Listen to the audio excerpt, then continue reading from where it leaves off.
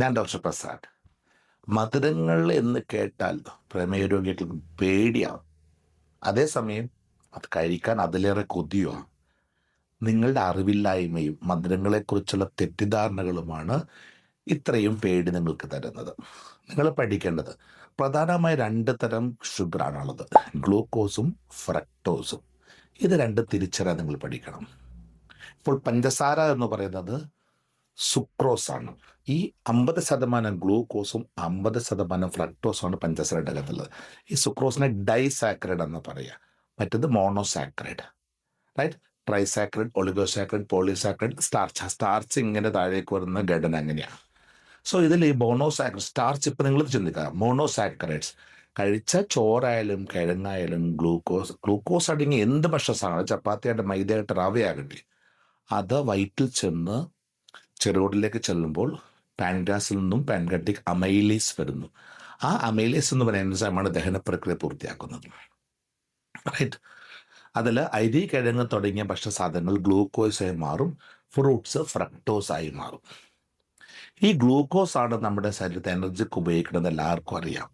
So പഞ്ചസാരയിലൂടെയോ ചോറിലൂടെയോ കിഴങ്ങിലൂടെയോ ഗോതമ്പിലൂടെയോ ഏത് വഴിക്ക് വന്ന ഭക്ഷണത്തിലൂടെ വന്നതായാലും ദഹന പ്രക്രിയക്ക് ശേഷം കുടലിൽ നിന്നും ബ്ലഡിലേക്ക് കടക്കുന്നത് ഗ്ലൂക്കോസാണ്. ഈ ഗ്ലൂക്കോസ് ബ്ലഡിലേക്ക് കടക്കുമ്പോൾ കുടലിൻ്റെ ഭിത്തിയിലെ സെൻസർ വർക്ക് ചെയ്യും. 100 ഗ്ലൂക്കോസിന് 100 ഇൻസുലിൻ, 500 ഗ്ലൂക്കോസിന് 500 ഇൻസുലിൻ എല്ലാം പാൻക്രിയാസിൽ നിന്ന് ചാടുന്നു. ആ ഗ്ലൂക്കോസ് രക്തക്കുള്ളിലൂടെ ഒഴുകിപ്പോയിട്ട് ഈ ഇൻസുലിൻ ഗ്ലൂക്കോസിനെ മസിൽസിൽ, ലിവറിൽ, എല്ലാ കോശങ്ങളിലും എത്തിച്ചു കൊടുക്കുന്നു. അത് എനർജിക്ക് വേണ്ടി ഉപയോഗിക്കുന്നു. റൈറ്റ്? ഈ ഗ്ലൂക്കോസ് മെറ്റബോളിസം താളം തെറ്റുമ്പോഴാണ് പ്രമേഹം വരുന്നത്. റൈറ്റ്? സോ ഇനി തിരിച്ച് പുറത്ത് വരാം. ഫ്രക്ടോസ്, നമ്മൾ കഴിക്കുന്ന ഫ്രൂട്ട്സ്, ആ ഫ്രൂട്ട്സ് ദഹിച്ചതിന് ശേഷം അത് ഫ്രക്ടോസായി മാറും. തേനിൻ്റെ അകത്തുള്ളത് ഫ്രക്ടോസ് ആണ്. നിങ്ങൾക്കൊന്ന് ആലോചിച്ചാൽ മനസ്സിലാകും. ഫ്രൂട്ട്സിന് മധുരമാണ്, തേനിന് മധുരമാണ്. Fructose is sweet. അതേസമയം അരിക്കോ കിഴങ്ങിനോ ഗോതമ്പിനോ മധുരമല്ല. Glucose is tasteless almost. Right? മധുരം എന്ന് പറയുന്നത് ഗ്ലൂക്കോസിനല്ല, ശരിക്കും ഫ്രക്ടോസിനാണ്. നമ്മൾ ബ്ലഡിൽ പരിശോധിക്കുന്നത് ഗ്ലൂക്കോസ് ആണ്, അല്ലാതെ ഫ്രക്ടോസ് അല്ല. സോ ഫ്രൂട്ട്സിൻ്റെ അകത്ത് ശരിക്കും antioxidants, phytochemicals, vitamins, minerals, flavonoids എല്ലാം, ഇത് ഏറ്റവും കൂടുതൽ മൈക്രോ ന്യൂട്രിയൻസ് ഉള്ളത്, നമ്മുടെ ചെറുപ്പവും ചുറുചുറുക്കവും സൗന്ദര്യവും നിലനിർത്തുന്ന ഈ മൈക്രോ ന്യൂട്രിയൻസ് ഏറ്റവും കൂടുതലുള്ളത് നമ്മുടെ ഫ്രൂട്ട്സിൻ്റെ അകത്താണ്. പക്ഷേ പ്രമേയ രോഗികൾ മധുരം പേടിച്ച്, മധുരം കഴിച്ചാൽ ഷുഗർ കൂടുന്നുള്ള പേടിയോടുകൂടി ഇത് വേണ്ടാന്ന് വെക്കുന്നു. പക്ഷെ നിങ്ങൾ ആലോചിച്ച് നോക്കുക, ധാരാളം ഫൈബർ റിച്ചായ, ഗ്ലൂക്കോസും ഫാറ്റും തീരെ കുറവുള്ള, ധാരാളം ആൻറ്റി ഓക്സിഡൻസും ഫൈറ്റോ കെമിക്കൽസും എല്ലാം ഉള്ള ഈ ഫ്രൂട്ട്സാണ് ലോകത്തെ ഏറ്റവും നല്ല ഭക്ഷണം. സൺലൈറ്റിൽ നിന്ന് എനർജി സംഭരിച്ച് സ്വന്തമായിട്ട് ഭക്ഷണം ഉണ്ടാക്കി സൂക്ഷിക്കുന്ന വെജിറ്റബിൾസും ഫ്രൂട്ട്സും, പച്ചക്കറികൾ, പഴങ്ങൾ, പയറുകൾ പ്രോട്ടീൻ. സോ ഇതാണ് ലോകത്തെ ഏറ്റവും നല്ല ഭക്ഷണം. സോ ഫ്രക്ടോസ് ആണ് മധുരമെന്ന് തിരിച്ചറിയാതെ മധുരത്തെ പേടിച്ച് ഈ ഫ്രൂട്ട്സ് എല്ലാം വേണ്ടെന്ന് വെക്കുന്നതോടുകൂടി, അതോടുകൂടിയാണ് ശരിക്ക് പ്രമേയ രോഗിൽ ഒരു കറവ പറ്റിയ പശുവിൻ്റെ പോലെ ഘടന, ആകെ അവശതയിൽ പോകുന്നു. അനാവശ്യമായ പേടിയാണത്. പ്രമേയ രോഗി ബ്ലഡിൽ പരിശോധിക്കുന്നത് ഗ്ലൂക്കോസ് അല്ലേ. നിങ്ങൾ ഈ ഗ്ലൂക്കോസ് അധികമായിട്ട് ചെല്ലുന്ന ഭക്ഷണങ്ങൾ, ഇപ്പം ചോറിന് മധുരമില്ല, കിഴങ്ങിന് മധുരമില്ല, ഗോതമ്പിന് മധുരമില്ല, അപ്പോൾ ചപ്പാത്തിക്ക് മധുരമില്ല, മൈദക്ക് മധുരമല്ല, റവക്ക് മധുരമല്ല, ഇതിൻ്റെ അകത്തുള്ളതെല്ലാം ഗ്ലൂക്കോസ് അല്ലേ. So actually glucose is tasteless. അതുകൊണ്ടാണ് ഇതിനൊന്നും മധുരമില്ലാത്തത്. പക്ഷെ നിങ്ങൾ പേടിക്കുന്നത് മധുരത്തെയാണ്. നിങ്ങൾ ശരിക്കും പേടിക്കേണ്ട മധുരത്തിലെ ഗ്ലൂക്കോസിനെയാണ്. സോ ഈ ഗ്ലൂക്കോസ് അധികമുള്ള ഭക്ഷണം അകത്ത് ചെന്നിട്ടുണ്ടെങ്കിൽ ആ ഗ്ലൂക്കോസ് കുടലിൽ നിന്ന് ബ്ലഡിൽ കയറി, ആ ബ്ലഡിലെത്തിയ ഗ്ലൂക്കോസ്, അത്രയും ഗ്ലൂക്കോസ് എനർജി ആക്കാനുള്ള അധ്വാനവും വ്യായാമവും നിങ്ങളുടെ പേശികൾക്കില്ല എങ്കിൽ 95% ഗ്ലൂക്കോസ് എനർജി ആകുന്നത് മസിൽസിലാണ്.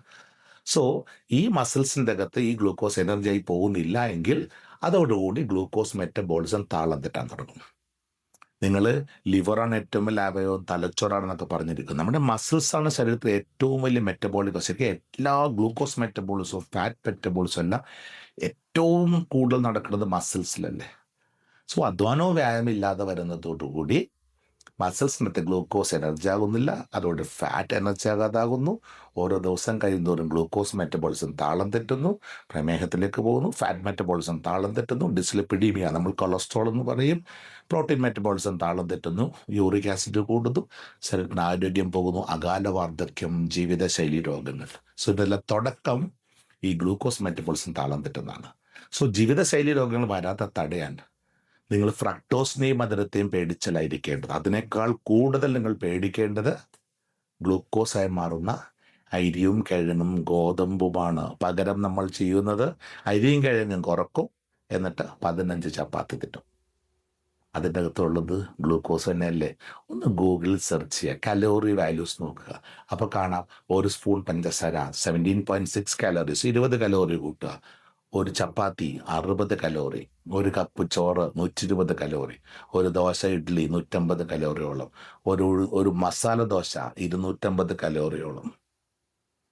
റൈറ്റ്? ചിന്തിക്കുക. ഗ്ലൂക്കോസ് ആൻഡ് ഫ്രക്ടോസ്, ഇത് രണ്ടും തിരിച്ചറിയുക. എന്താണ് മധുരങ്ങൾ?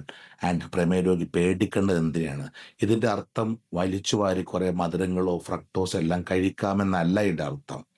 പഠിക്കേണ്ടത് അറിഞ്ഞ് പഠിക്കുക, മനസ്സിലാക്കുക. എന്നിട്ട് നമ്മൾ എന്തെല്ലാം കഴിക്കുമ്പോൾ നമ്മുടെ ഷുഗർ കൂടുന്നുണ്ട്, എന്തെല്ലാം ചെയ്യുമ്പോൾ ഷുഗർ കുറയുന്നുണ്ട്, വ്യായാമത്തിൻ്റെ എഫക്റ്റ് എന്താണ്, ഭക്ഷണങ്ങൾ കഴിക്കുമ്പോൾ ഷുഗറിലുള്ള ഫ്ലക്ച്വേഷൻ എങ്ങനെയാണ്, ഏത് ഭക്ഷണം കഴിക്കുമ്പോൾ വല്ലാതെ കൂടുന്നു കുറയുന്നു, ഇതെല്ലാം മനസ്സിലാക്കണം നമ്മൾ. എന്നിട്ട് സ്വന്തം ലൈഫിൽ ഇത് പ്രാക്ടിക്കലാക്കുക. പ്രമേയ രോഗയുടെ കോംപ്ലിക്കേഷൻസിൻ്റെ കാരണം എന്താ? അടിഞ്ഞു കൂടുന്ന ഗ്ലൂക്കോസും ഫാറ്റും. അത് തടയാനുള്ള കാര്യം വ്യായാമത്തിലൂടെ ചെയ്യുക. Enjoy food. ഭക്ഷണം ആസ്വദിച്ച് കഴിക്കേണ്ടതല്ല, അത് ആസ്വദിച്ച് കഴിക്കുക. നല്ലതും ചീത്തയും തിരിച്ചറിയുക. സോ മനസ്സിലായിക്കാണെന്ന് വിചാരിക്കുന്നു. Glucose and fructose